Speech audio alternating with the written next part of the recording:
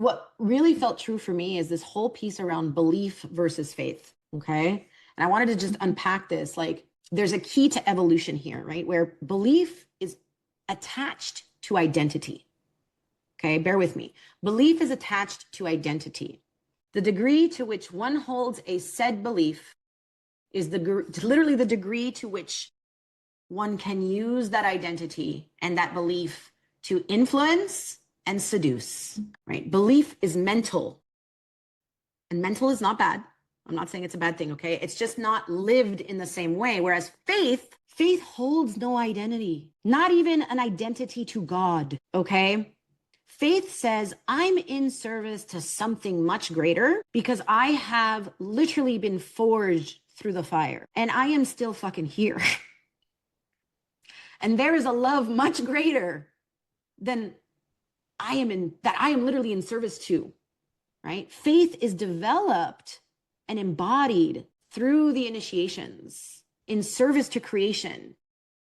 That's what expands the evolution, right? Beliefs get kind of stuck and trapped. Like, we get stuck and trapped in these beliefs, right? And faith is faith is a somatic experience, right? It doesn't need to seduce. It doesn't need to influence. Like, it doesn't even need to persuade you to believe anything. Why? Because you see, like, faith doesn't even need to be spoken. It doesn't need to be spoken. But when it is spoken, it's very strategic.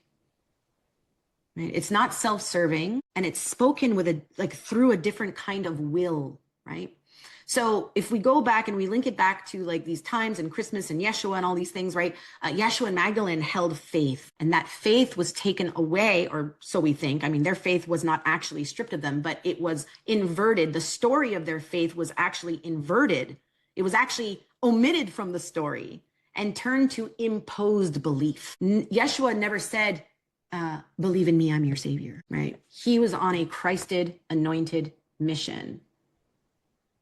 His authenticity and his embodiment was his faith. You either felt it or you didn't, okay? And that's the difference between faith, right? Is this piece around, like, what it comes down to is like, it's a memory.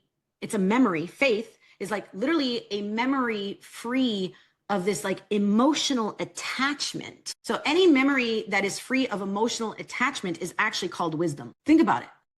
When we don't hold identity, we don't get so attached. So this is also for those of us who still really identify with trauma. I believe I'm still a victim. I believe I need this thing to come save me. I believe I am entitled. I believe I need to outsource my own authority to something that is going to fix me.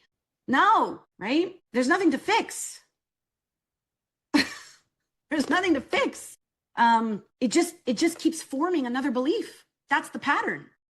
And another belief, right? From this need that I have to hold an identity in order to belong or to get something or to get love, right? And that's why the feminine essence, the current of that primordial feminine says, no, you are born, you belong. It excludes no one, not even the patriarch. Like, the bees operate in this very matriarchal collective.